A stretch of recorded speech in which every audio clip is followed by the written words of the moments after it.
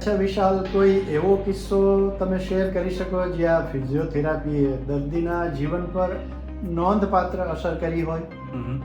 Yes, definitely, Dr. Manish sir. Thank you for asking this question.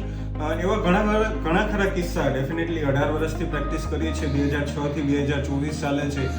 ઘણા બધા કિસ્સાઓ એવા થયા હોય કે એક તો અમારું જે ફિઝિયોથેરાપીનું ફિલ્ડ છે એ કેવું છે કે કોઈ પણ માની લો ઓર્થોપેડિક સર્જન સર્જરી કરે કે ન્યુરોસર્જન સર્જરી કરે પછી મેક્સિમમ ટાઈમ અમે પેશન્ટની સાથે રહેતા હોઈએ છીએ.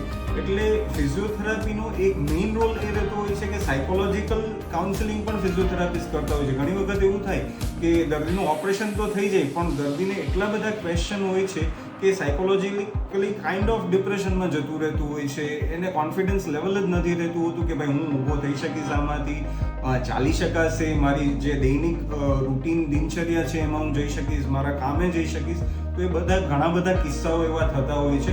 તો એમાંના એવા ઘણા કિસ્સા છે કે પેશન્ટ સાવ યંગ એજ હોય, એમને માની લો તાણિયાનું ઓપરેશન કરાવ્યું હોય કે કોઈ પણ ફ્રેક્ચર થયું હોય ને ઓપરેશન કરાવ્યું હોય તો એમને કોન્ફિડન્સ લેવલ જતો રહ્યો હોય કે ભાઈ હવે હું મારા રૂટીનમાં નહીં પાછો કરી શકું.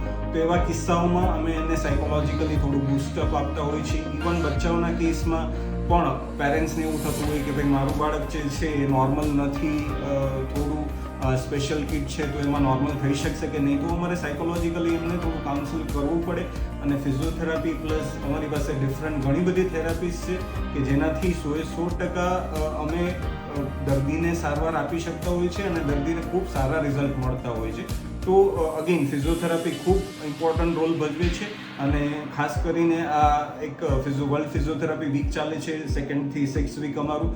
તો એમાં એ જ કહેવા માંગીશ કે ફિઝિયોથેરાપી પ્રત્યે આપ સજાગ બનો અને એક ફિઝિયોથેરાપીને આપના રૂટીન તરીકે લ્યો તો આપને ખૂબ સારા રિઝલ્ટ મળશે અને આપની હેલ્થ ભવિષ્યમાં ખૂબ સારી રહેશે. Thank you.